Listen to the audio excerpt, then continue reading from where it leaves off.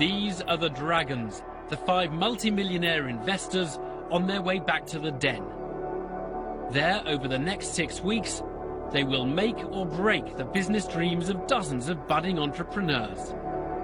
I really do not like this. It absolves people of responsibility. It does no use whatsoever. I've tried to help you. I've tried, you know, every question you just deflect the answer. I don't want to invest, you know that? You're idiots, basically. Sorry, I can't work with idiots. I'm out. The Dragons know what they're talking about. Powerful and wealthy now, they all built up their own fortunes from scratch. Deborah Meaden made her millions in the holiday and leisure industry in the West Country. Duncan Bannatyne is a Glaswegian entrepreneur whose £170 million empire includes health clubs, hotels and casinos. Theo Paphitis is a retail magnate who's transformed the fortunes of high street brands like Ryman, Licenza, Partners and Contessa. Richard Farley is based in Monaco and made his fortune as an investment banker and hedge fund manager, and he's now a prolific investor in UK startup companies. Peter Jones is one of Britain's most successful entrepreneurs. His multi-million-pound business empire ranges from telecoms and property to the media. In the den, the Dragons are ready to back the right businesses with their own money. But tonight, will anyone convince them to invest?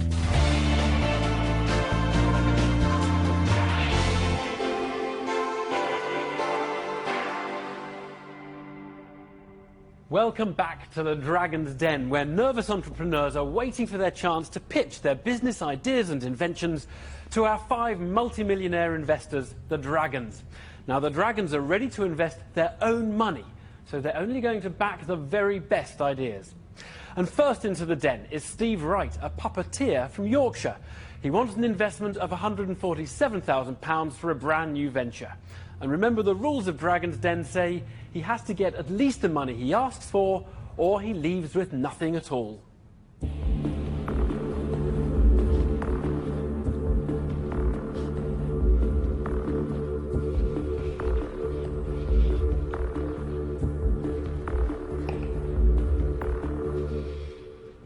Hello, my name's Steve Wright, and I'm here to pitch Shaw £147,000. I run a puppet theatre company in West Yorkshire that specialises in educational resources for teenagers. The name of the business I'm proposing is Get Your Head Round It, and it's an online resource. This is Bez. Say hello, Bez.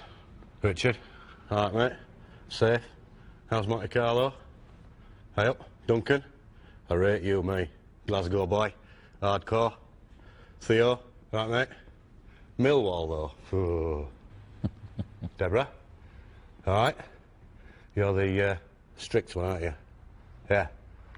Peter. Legend. My mum fancies you. Yeah. Nice to meet you and that. Big yourselves up. All right. Sorry about that. He's not used to such formal occasions. I think I'll give him a break, actually.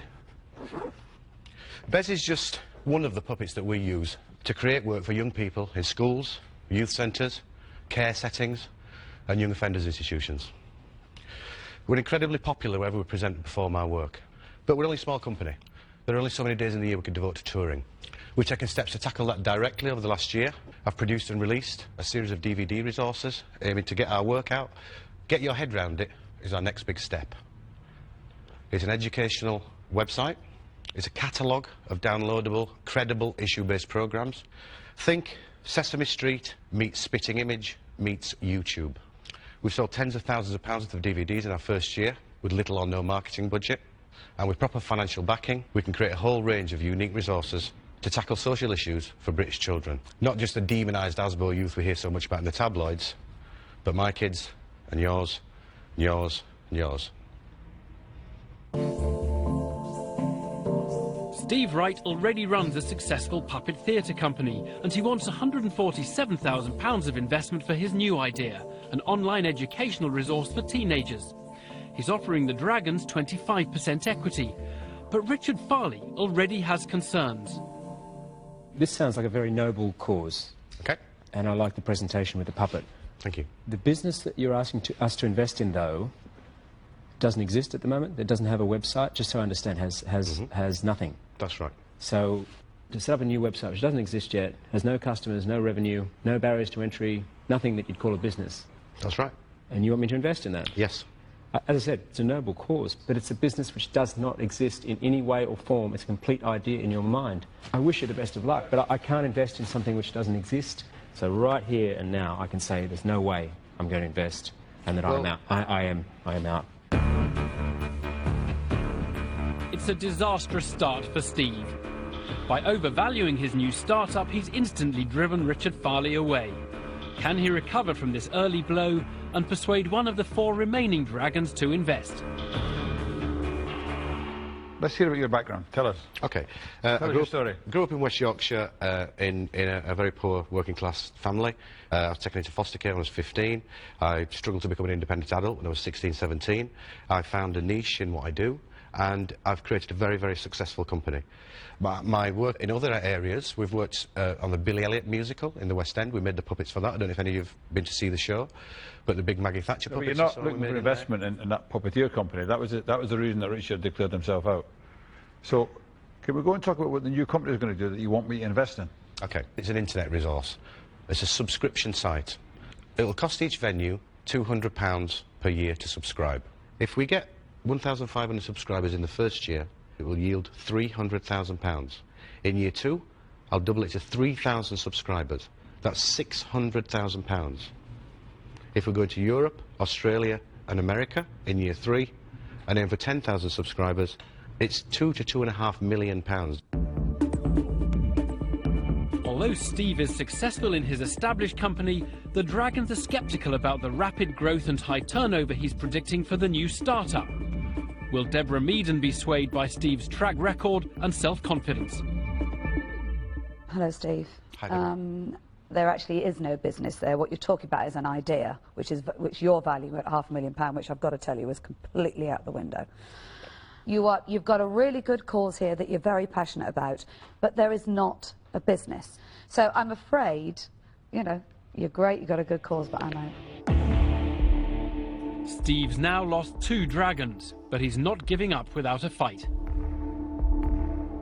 I went out and got a lot of feedback and reaction to our new initiative.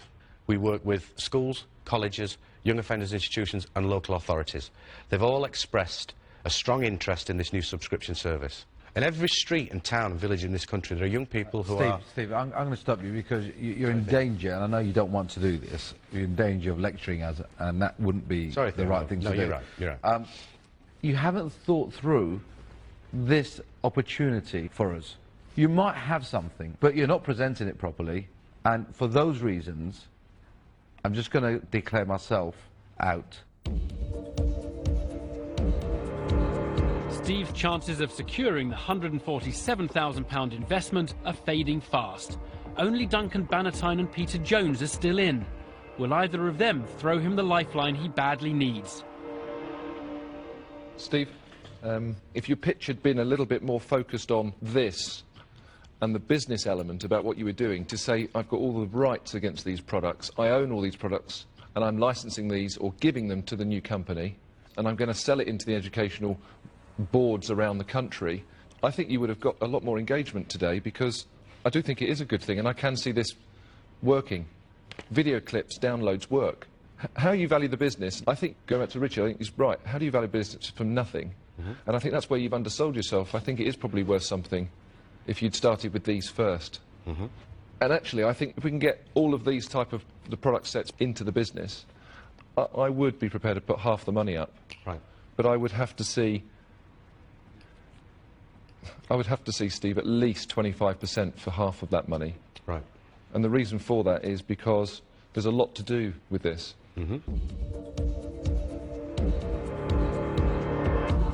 Disagreeing with his rival dragons, Peter Jones has offered Steve half of the £147,000 he came for. But he wants much of the established company transferred into the new business, and he's demanding a 25% stake. But Steve still needs Duncan Bannatyne to invest the remainder of the money. It appears to me that Peter has offered you £73,500 for 25% of the company, and the company will own all rights the puppetry, to the DVDs, etc. Is that how you see the offer? Yes. The entire digital output, the film output of the stuff. I'm not talking about the work that the workshops I might deliver to a group of young people. You're not talking about them? No. It's very much one business, creating the digital output into a web format. Steve, there's a huge ambiguity here, and I can't understand it. I don't even know what you're offering. Can I clarify? No, you can't, Steve, because I've had enough. My brain's ready to explode. I'm not going to invest in you, and I'm out. This is a devastating moment for Steve. With Duncan Bannatyne out, his only hope for investment now lies with a revised offer for the whole £147,000 from Peter Jones. I get a little bit of the vision of what you're trying to create.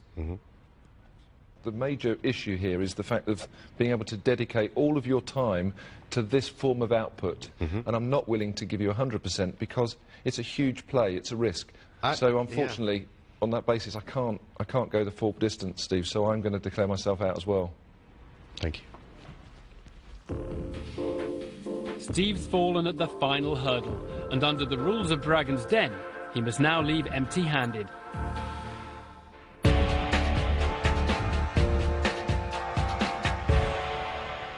You gave a great pitch. Peter, legend. My mum fancies you. But couldn't persuade them. I think they were looking at a successful history of my company and saying, well, this is a new business, where does it, why are we being locked out of the old one, as it were? And is there any chance you could have been persuaded to change the deal and so combine the companies? Yeah, I think I might have been if Richard and Duncan had stayed on board. I've had enough. My brain's ready to explode, and I'm out. And is your friend here, Bez, is he a bit gutted? Well, I'm gutted, yeah. What are you going to say, Alan? £1 billion between them. Well, I was asking for 150 grand, you know what I mean? I'm sure you're going to go on to an eminent and successful career all the same. Well done. Thank you very much.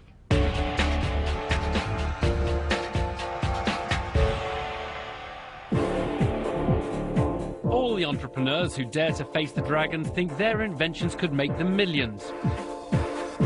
Farmer's wife, Sally Howe, came looking for a £30,000 investment in her woolly warmer, an ingenious device to save lambs born in cold winter conditions.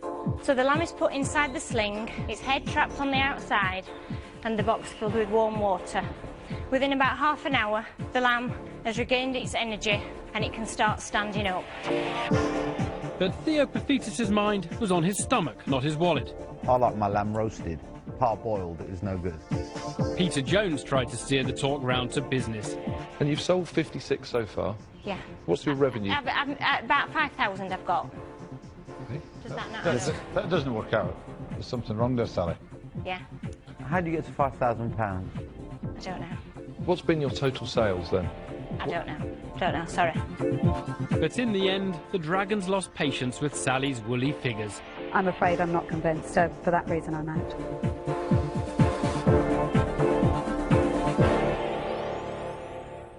Anthony Coates-Smith and Alistair Turner have already built up a profitable company, but now they need investment to accelerate their expansion. So can they convince our multimillionaire dragons to put £160,000 of their own money into the business?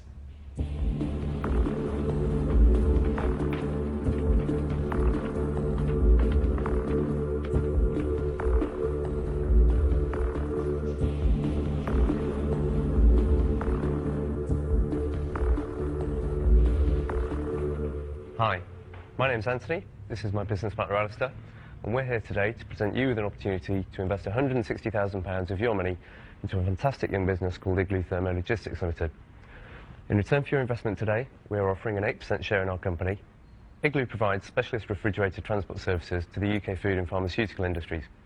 When we initially started the business, we had 2 refrigerated vans and operated out of a base in North London in a tiny managed office. In this initial month, we earned £2,000 in net sales.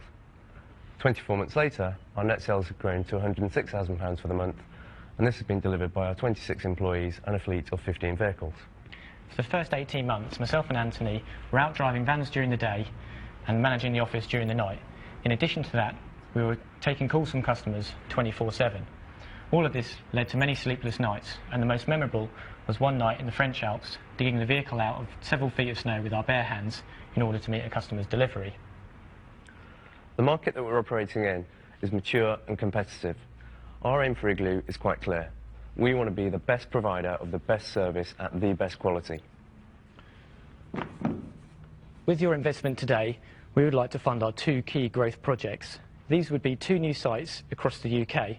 The first one would be based in the north, around Manchester or Leeds. And the second one would be based around in the southwest of England, around Bristol or Cardiff. These 2 new sites would immediately deliver 3 key benefits. Response, we'd be able to get to our customers a lot quicker. Network, we would have a much more comprehensive UK network. And finally, we'd become a lot more price competitive versus local competition. These projects will be executed over a 12-month period, and with your investment today, we estimate by the end of year 5, Igloo will have a turnover in excess of £5 million, giving you excellent return on your investment. Thanks for listening to us. Do you have any questions? The Igloo team have delivered a confident pitch for £160,000 of investment in return for 8% of their refrigerated delivery service. Now marketing expert Deborah Meaden wants to drill down into their strategy for growth. You talk about entering a competitive market, highly competitive market, which I recognise and I'm very pleased that you do. And you talk about offering best service. What are you going to do to differentiate yourself from big market leaders? When we took the decision to come into this market, we found that basically there was a problem with consistency in the market and somebody actually offering a brand that you could trust and rely on to do the job that you pay them for. Because one of the things in the market you hear horror stories back is manhandling of product, kicking product about, squashing product, and one of our main customers is we work for Marks & Spencer's. We take all of their packages to their photo shoots because they hire us and they know that we'll take care of the product. That leads me neatly into sales. You talked about your turnover figures. Can you start working that model up and explaining how that relates to profit? Yeah, I mean, turnover in year 1 was 218,000. Sorry, you're talking turnover again, though, aren't you? Yes. I want to hear profit. Yeah. In year 1, naturally we had quite high setup costs and we didn't make a profit. We made a loss. Just like to know what the profit is? Well, in year 2, we made a profit. Well, no, Alice, how much? Sorry, Duncan, I haven't finished this one. No, I know you haven't, but all she wants is, and I'm very interested Duncan, in this as well. I'm quite capable of asking the gentleman profit myself, or the loss how much for year 1 profit are you and going year to 2? produce year 1, year 2, year 3? Okay, year 1 loss, £70,000 loss. Year 2 turns into £18,000 profit. In year 3, we're projecting a healthy margin. Can you give us a figure, please? It's hard work. Yeah, 300,000. Right, so it's 300,000. Okay, and you have a bank loan? We initially took out £100,000 from a high street bank to set up the business. That was secured against our personal equity between the 2 of us. At the end of year 2, we repaid a lump sum of £70,000 of that loan through putting our own cash into the business. Anthony and Alistair are armed with impressive-sounding figures and forecasts, but can they prize an investment from the Dragons when they're valuing just 8% of their business at £160,000? Guys, I'm Peter. Hello. It's a really good pitch, and you've certainly given me an impression exactly what the business does. But I'm actually worried that you spent too long in one of those vans and your brains have frozen. You value this at nearly £2 million? Yeah, it's a high-end valuation. You Well, know, at least justify it so I don't, waste any more time. Okay, we value the business basically knowing what the business potential is. The market is crying out for a consistent and reliable brand that can offer this everywhere in the UK. No, let's get to the point. Yeah. Because for me, this could be one of the most ridiculous valuations I've ever seen. First of all, we're here today because we want the investment from you guys that will help us grow and deliver the potential for the business. That is what we're here for. Point 1, that's not good enough. Okay. And I'll tell you why it's not good enough, because you've already told me your business this year is going to make £300,000 net profit this year. You're asking me for half of that money. You don't need the money, unless the forecast that you're giving me is nonsense. No, the forecast is going to be accurate. We will deliver that forecast. But then you don't need my money. You're absolutely wasting my time. In an abrupt downturn, Peter Jones has torn into the duo over their high valuation and their rationale for seeking investment. Will Richard Farley share his concerns? You kick-started it with bank debt, you said, didn't you, the business? Yes. So presumably you could do that now? We could. It's really a decision that we've taken to move away from that. That was secured against our own personal equity. We've injected cash into the business from our own equity now to remove the security charges over our properties and to try and move away from that. We really want to try and release now a bit of equity that the business has established to drive the business forward in its own right. So what's your ambition? We believe there's a room in the market to be the DHL of the refrigerated transport market, where people can move potentially low-value parcels. We can get the volume through the business with an excellent network, then we can still be profitable off that. Despite being interrogated by the dragons, the duo are holding their own. Now Duncan Bannatyne decides to seize the initiative. How negotiable is the percentage of equity that you're offering? We appreciate that our valuation is born of a combination of understanding our numbers and our potential, but also, we've built the business from nothing, and obviously we love the business. We appreciate that, you may not share that valuation, and therefore there is room for negotiation. What would you accept? What do you want to offer?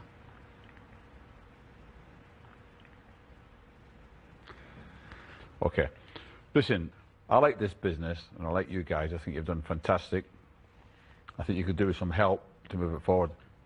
I'm going to offer you half the money that you're looking for. You're looking for 160,000. I'm going to offer you £80,000. And for that £80,000, I want 20% of equity. Okay. It's a classic negotiating ploy. Duncan Bannatyne has gone to the other extreme with an offer that equates to a massive 40% chunk of igloo in return for the £160,000. Will his tactics force Anthony and Alistair to increase their equity offer? First of all, thank you for the offer. It's very pleasing to think that you would want to work with us and accept the comment that we could do with some help in developing the business for the future. I think initially we have to push back and say that your offer, assuming somebody might want to equal it, means that we'll be giving away 40% of our business in order to achieve £160,000 of investment. I think that we can achieve that investment at a far lower cost. Where? Well, if it comes to it, then we are back to going down the bank route, and that would at that price that would become the most attractive option to us. What if I could talk Duncan into coming down to 15, and I teamed up with him? It's still, that's 30% of a successful growing business, which will guarantee, I'm telling you, we will deliver good returns on this business here, because we believe in our product. What sort of number do you guys have in mind? We look at equity stake of around about 15-20%, which is a movement. Anthony and Alistair are standing firm, reluctant to sacrifice a 30% stake in their business. The other three dragons are still in. Will any of them come up with a better deal? I like you. I think you're very good. So I'm going to make you an offer. I'm going to make you an offer of half the money for 12.5% stake in the business. Okay. Okay. And just to come in there, I'll do likewise, 12.5% for half the money. A bidding war has erupted in the den. Deborah Meaden and Theo Paphitis have undercut their rival dragons with a 25% offer on the equity. Peter Jones initially blasted Igloo's investment bid, but will he now enter the fray? I've got to say, I'm really pleased that as the heat's gone up in the Dragon's Den, I've started to see that your brains are defrosting slowly, and you're starting to get at least a little bit realistic on the valuation of your business. I'm not convinced, however, that you're going to achieve what you think you might achieve, but I've decided to make you an offer. And I'd like to offer you £160,000 for 30% of your business. Or I will come in with another dragon at 12.5%, which values you at 25. And the reason why I'm willing to go down is because there's slightly less work for me linking with another dragon. Simple as that. Okay. Thanks very much. It's an extraordinary twist. Determined to manoeuvre himself into the deal, Peter Jones has pitched himself head-on against Richard Farley and Duncan Bannatyne's offer of £160,000 for 30% equity. He's also tried to wedge himself into Deborah Meaden and Theo Prophetus's rival bid for 25% equity. But after his early attack on their business acumen, will Anthony and Alistair be tempted by his or any of the offers in front of them? I mean, obviously at the moment the best offer on the table for us is both Deborah and Theo. Would either of you feel like improving on that offer? I mean, we're looking for a small amount of equity to give away. And speaking for myself, I would. I'd be willing to offer you £80,000 for 10% of the business. I think we're squeezing down on the valuations now. I'll come in with Duncan at the moment if we both sort of stick at 22.5, just to split hairs. Instead of doing 20, we do 22.5. That's the best equity offer on the table. That's okay. But not necessarily the best dragons to work with. Do you mind if we take 30 seconds? Please do. Thank you. Pressing home their advantage, Anthony and Alistair have succeeded in driving down the equity demands from at least one of the competing factions. All three offers still stand, but all involve sacrificing much more than the 8% they originally wanted to give away.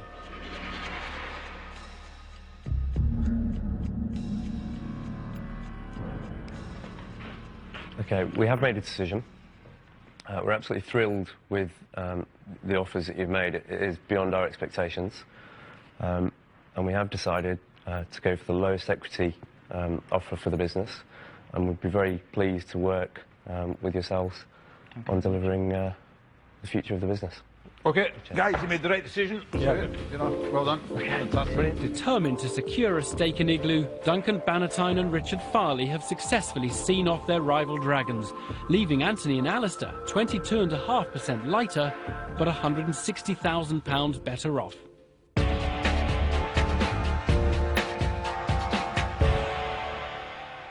Anthony, Alistair, did you ever think you'd get 5 offers? I'm going to offer you £80,000. I'm going to make you an offer for half the money. I've decided to make you an offer. No, I don't think we ever thought it would be a result like that. We've got 2 people breathing down our neck. You know, we need to look at our 2 new sites that we want to open up and get out there and win some more business. Very well done. Thank you.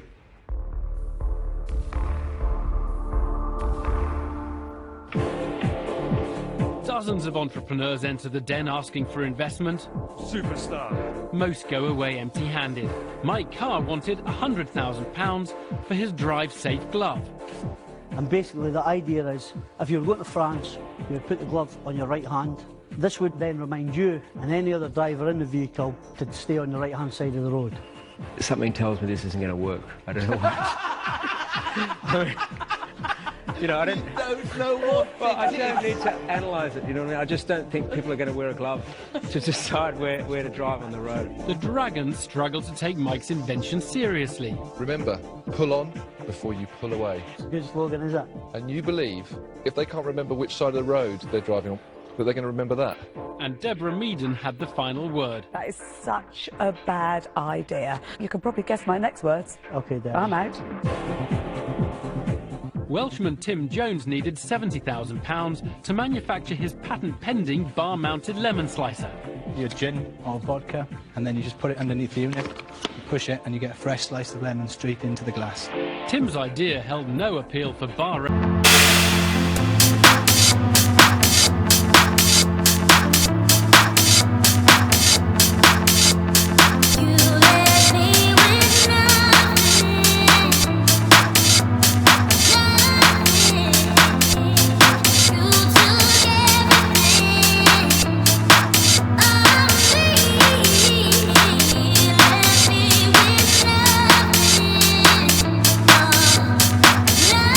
Will any of these entrepreneurs persuade them to invest? Did you hear what I just said, or are you just going to talk over me? I'm just sort of sitting here thinking, do I want to take a gamble? You could have a product that is worthless. I think The 4 of these are talking a lot of rubbish.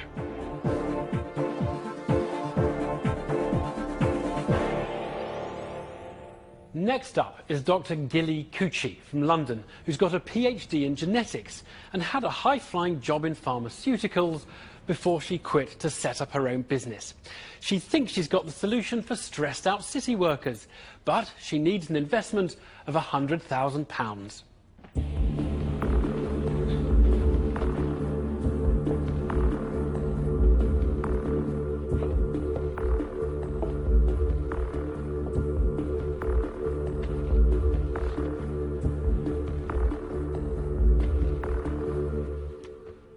Hi, my name is Dr. Gilly Cucci. I'm here to ask for £100,000 for 20% shares in Cucci Kukui Limited. I used to work for pharmaceutical and biotech industry, and I was exposed to stress, and I realized that if any business is developed that alleviates stress from busy people, would be a very, very successful business. So I left at that time my very well-paid job, and I started the Cucci Kukui Limited.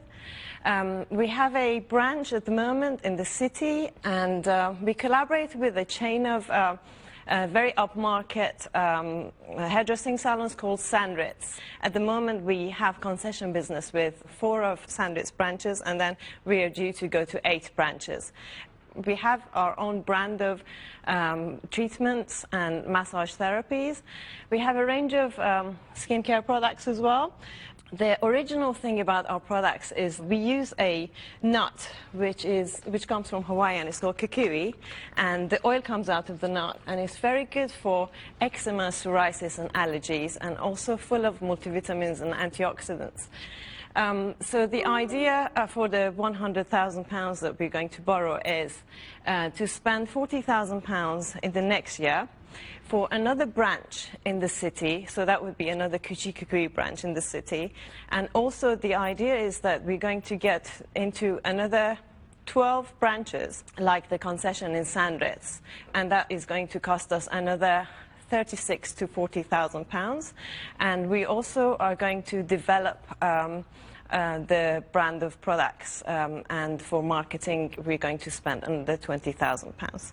That's it. Thank you.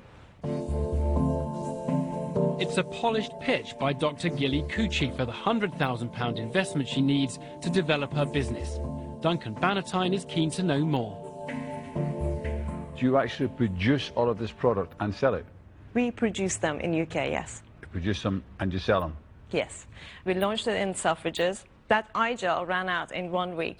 So you do the massages in these hairdressing salons? Yes. So when we go in, yep, as a Cucci business, we provide the staff, the equipment, the products, and our brand of therapies. Mm-hmm. So the whole idea behind Cucci is that you're busy, you're stressed, you just want to walk in to a centre and get a treatment done. So what is your financial turnover then? £180,000. And your profit? £55,000. That's the net profit. But are you taking a salary? Is that after your salary? I myself don't take a salary at the moment, and there's no director's loan either. The company doesn't owe anything. Gilly's giving an impressive account of her young business, but something seems to be troubling Peter Jones. I'm not saying I'm a skeptic, but it's kind of a bit too good to be true. Because you've found your product, you've opened up 4 concession stores, you've got first year 180k worth of sales, you've just made £55,000 net profit. Just to break down that 180,000, you've started your business and company when? In July 2004.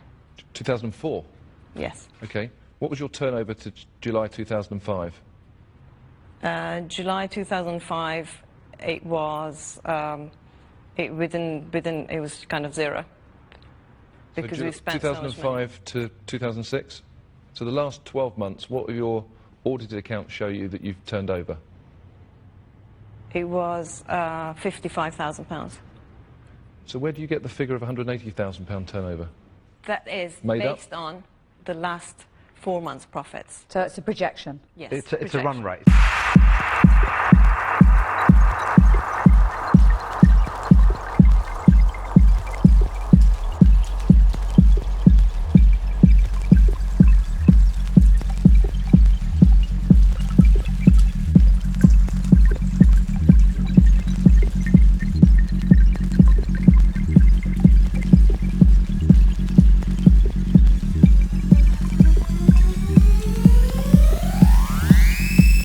tries again.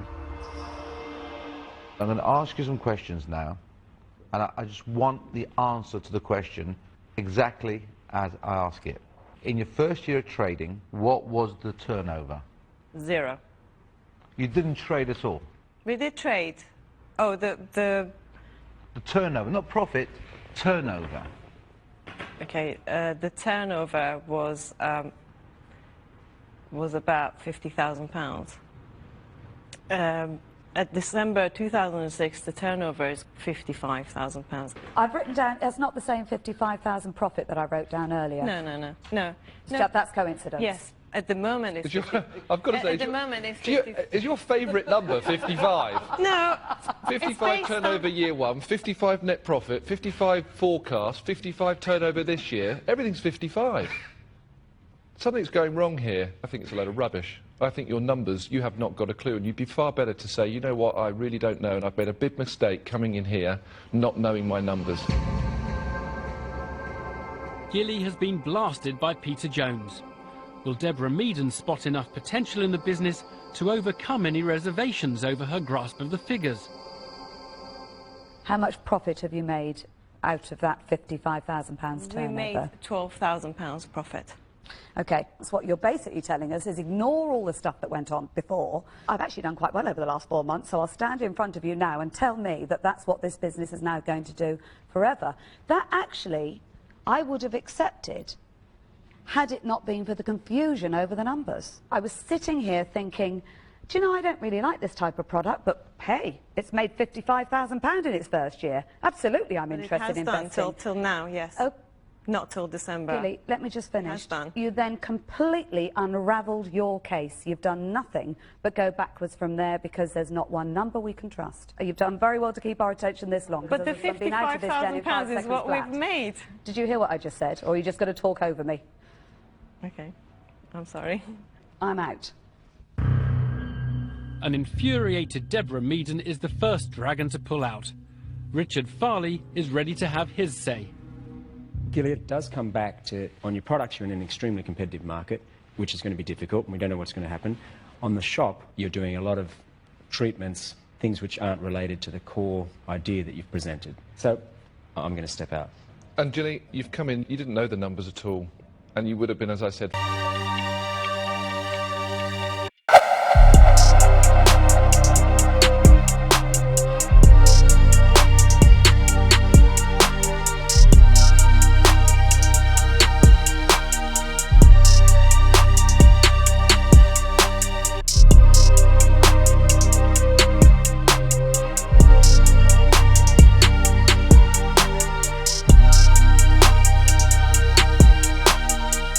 knowledge over your numbers.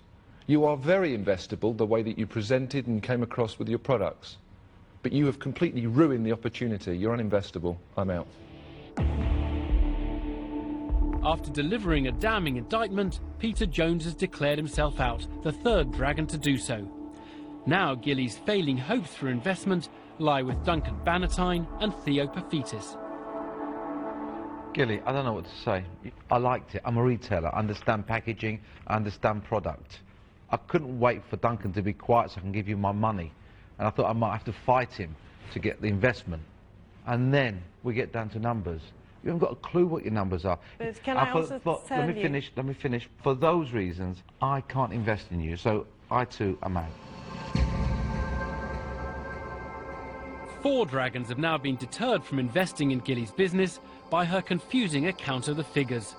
Only Duncan Bannatyne remains. I think the 4 of these are talking a lot of rubbish. I think you do know the numbers, but I think under the pressure of questioning, they've confused you in the questions. I think it's simple. I think what you're saying is your year end ended 4 months ago. And this new year, and the 4 months of this year, you've turned over 55,000 and made £12,000 profit. Exactly. It's simple. She did not. She did. She did. In questioning from Peter, she said her year end was June. No, she started She said July. June. Well, that's his opinion, but I still want to talk this through. So if you take the 4 months where you turned over 55,000, the first 4 months of this year, Yes. made 12, what you're saying is in the year To annualise it, you will turn over 165,000 and make £36,000 profit. Yes. That's right, isn't it? It's as simple as Say that, Duncan. didn't say that. Anything like that. You guys finished? Do you want to shout and scream like the children anymore? Right. So, the situation is you're projecting £36,000 profit this year. And that's without you taking any wages. I just say this is probably a nice little business where I think you should continue, and you can maybe make some money and make a living out of it. But it's not an investable company at the moment. Okay, so for that reason, I'm out. Thank you. Thank you, everyone.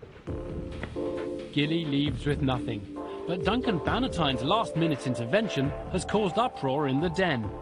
I think it's quite clear you made £36,000 net profit. Annualised, £12,000 over the last 3 months, annualised is 36. That's about as clear as a dark What you do room. is 4 months is 1/3 of the year, Peter, and you made 12, so you multiply it by 3. 3 times 12 is 36. I'm not going to thank you for the financial lesson, Duncan.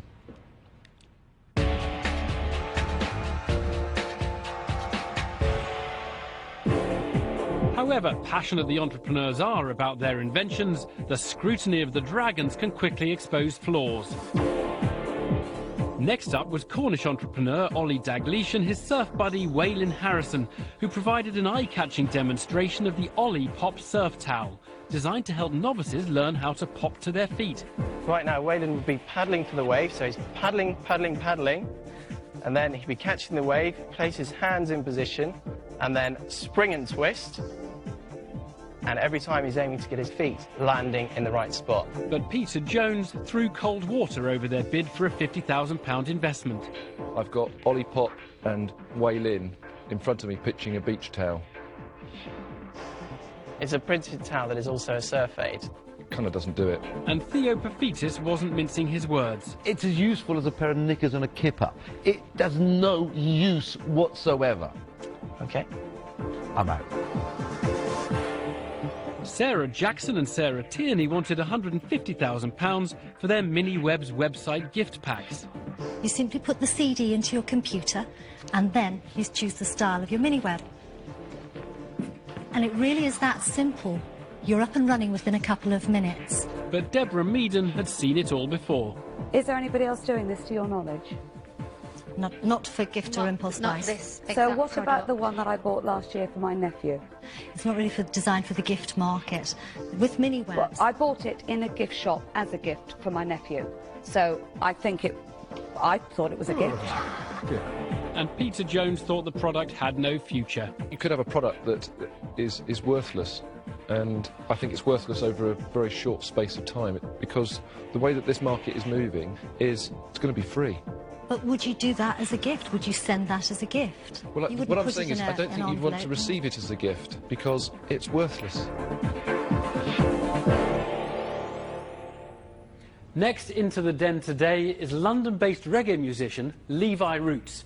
He's been successfully selling his product locally for 15 years, but thinks the time is right for expansion nationwide. He's asking for an investment of £50,000.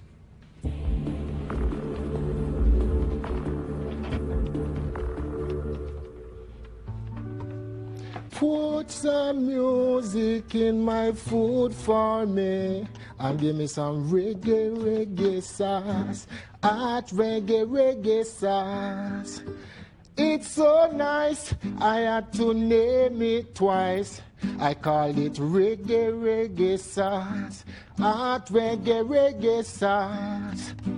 Just like my baby, it's the perfect delight. It's got some peppers and some herbs and spice. Me want some reggae, reggae sauce.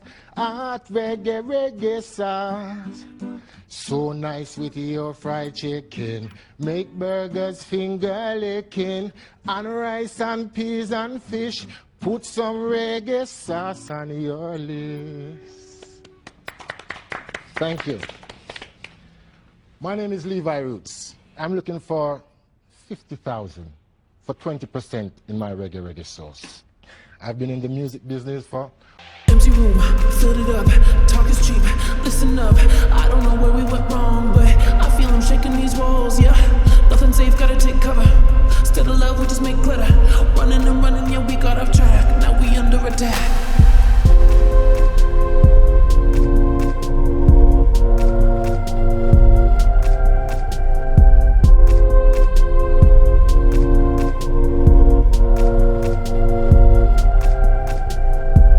barbecue sauce. It replaces the typical tomato ketchup or your hot pepper sauce. Tomato ketchup is boring, no flavors, just tomato. Hot pepper sauce is hot, no flavors, it ruins your food. With reggae sauce, it retains the flavors of the garlic, the peppers, the coriander, the scallion, and all the herbs and spices which we put in. For 15 years, we've been marketing the sauce at the Notting Hill Carnival, and I think as marketing goes, I think 15 years is enough time for us to launch it. I've got a very nice order from a meat company in Yorkshire for, wait for it, 2.5 million litres of reggae sauce as their first orders. We've had just like shook hands on a deal. I've had a nice letter from them, which I have with me. Now, all we have to do now is just try and get production up to standard. Any questions, please? It's rare for the Dragons to be serenaded for an investment, but will that help Levi Root secure the £50,000 he needs in return for a 20% share in reggae sauce? Theo Pafitis wants to know more about the entrepreneur in front of him. Levi Root, what a great name. Is it your real name? No, it's my pseudonym. My real name is Keith. No, I don't see me would have been in 30 years in reggae if I was. Can I introduce Keith? You've just lost so much credibility. You should have lied to him and said, yeah. But you are, not if my mother calls me Keith, right? She calls me Levi. I've been knowing that ever since then. Oh, dear, right. The Dragons seem charmed by Levi, but they're also bemused by his claim to have secured a massive order for his sauce. Duncan Bannatyne has some questions. Okay, you mentioned a letter you had with an order for 2.5 million litres. Yeah. So have you got the letter with you? I have indeed. Well, would you pass that to Theo and let him read it? We'll ask you a few more questions. Certainly, no problem. And I think Theo must be this handsome guy right in front of me here. Sold. I like you already. So you've been selling this for 15 years? Yes. At the carnival? At Notting Hill Carnival, yes. So how many bottles did you sell last year? 2,500. 2,500 bottles at the carnival. And approximately how much per bottle? £1.49. So about £4,000 turnover or something? Yeah.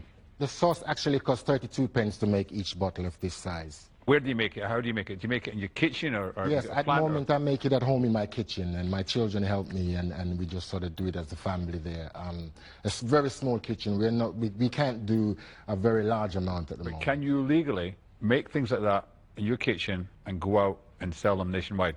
Absolutely, because we've had a letter and a confirmation from the food standard, which was one of the first things that I did. Have you spoken to anybody about what it takes to produce the kind of volumes that are going to be needed to fulfill these? And what do you need to do? What I need to do is to rent a place. I mean, I won't buy or anything like that. I will just rent a premises. And I think the equipment will cost me about $25,000 for all equipment. You need to spend £25,000 on equipment? Yeah. Levi's still sounding confident, but his ambitious plans mean transforming a cottage industry into a mass production line virtually overnight. Theo Pafitis has been studying Levi's paperwork and has some concerns about the order itself. I might have misunderstood you slightly, because I thought you said that you had an order for 2.5 million litres. That's not what this letter says.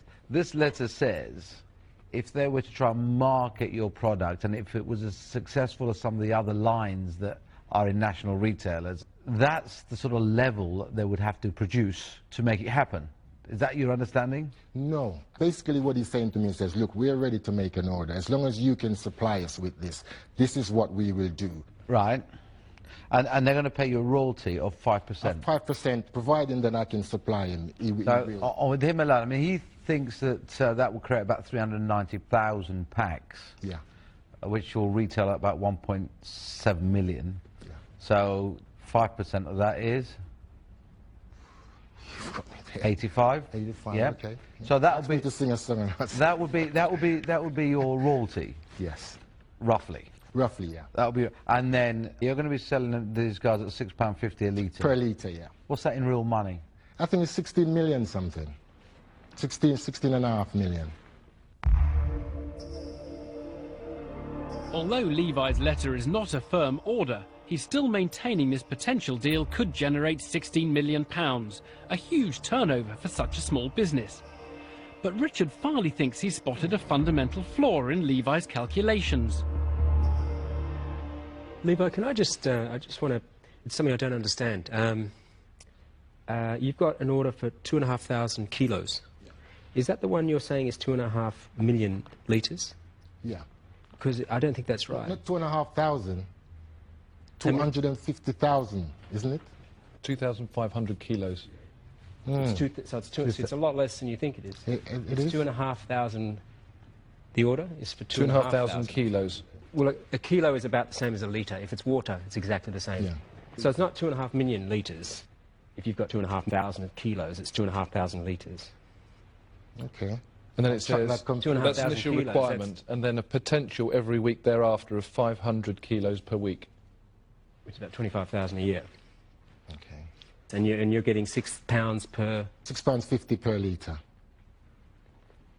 Right, so it's about £130,000 worth per order, per year. It's not 16 million. Richard Farley has exposed a disastrous miscalculation by Levi.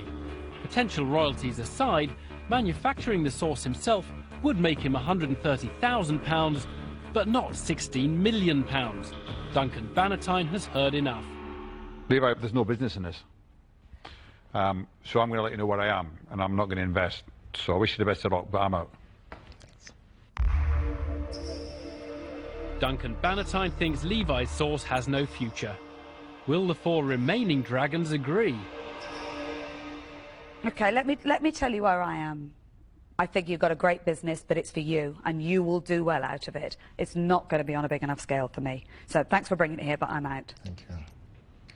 Levi, let me come in here. That letter's not an order.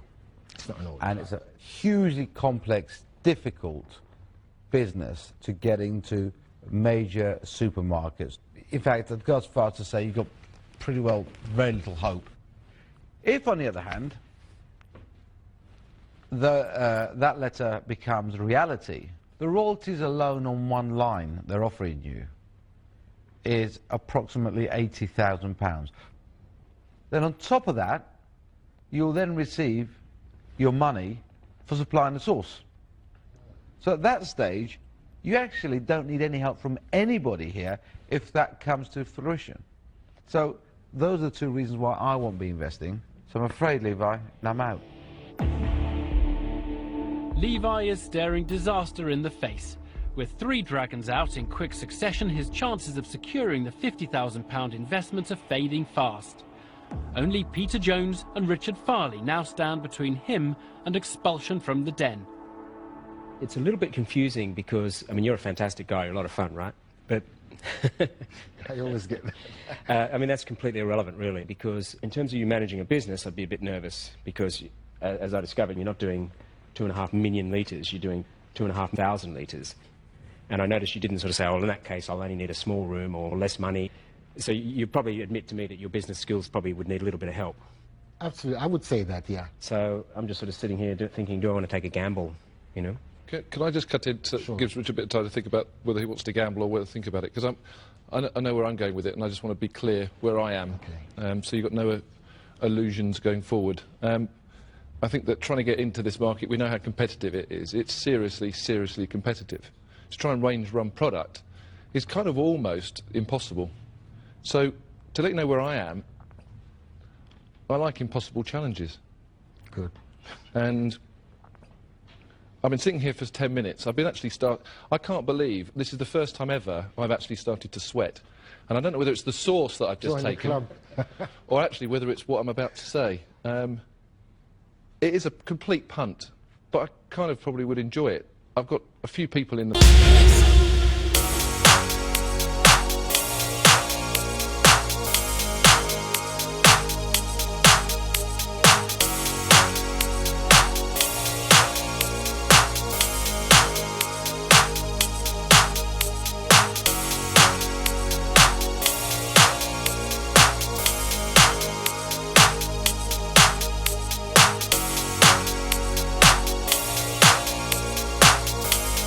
money he's asking for, or he leaves empty-handed.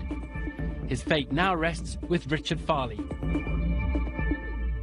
Is that an interesting offer to you? I mean, it just... Well, it's the only one. It's the only one so far. It's going to be interesting if it's the only one so far. Because on the one hand, we've got, if this works, it's great. If it doesn't matter how many other sources you've got.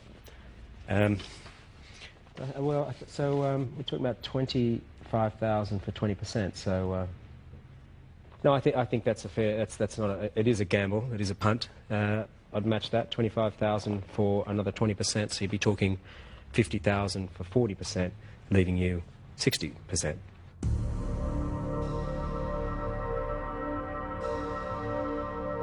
Richard Farley thinks there is money to be made from Levi's deal, but only if he has a big enough slice of the company. Levi could have the £50,000 he's come for if he's prepared to give the two dragons double the equity he was originally offering. Will he be prepared to sacrifice such a large chunk of his business?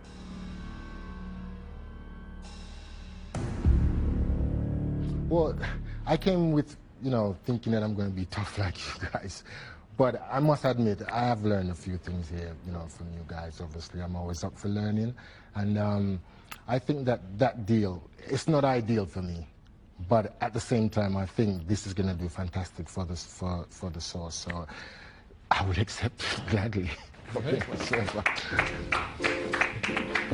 Levi has done it. After a roller coaster ride in the den, he's giving away 40% of his company, having gained £50,000 and two extremely influential business partners. Now he really has got something to sing about. Put some music in the food for me and give me some reggae sauce. Reggae sauce. It's so nice, I had to name it twice. I called it reggae sauce. That's it.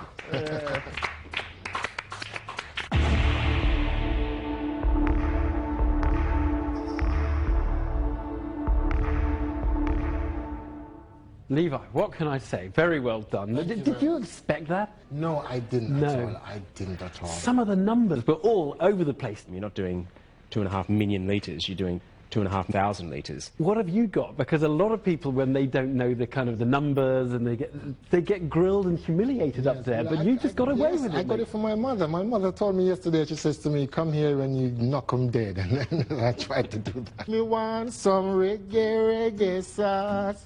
Reggae sauce. Are you happy with this? You've just given away 40% of your business. Absolutely. I'm over the moon. I mean, sometimes you don't usually get exactly what you want in this world, but you have to do with the little that you have. Indeed. Very well done. Thank you very much.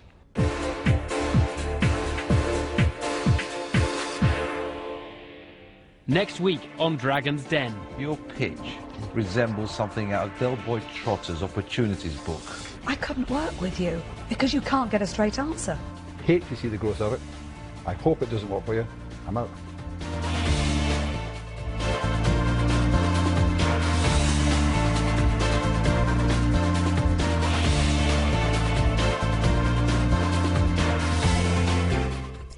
They're back next Wednesday at the same time, 8 o'clock. Next tonight on BBC Two, our brand new drama, political intrigue and sexual shenanigans in Party Animals.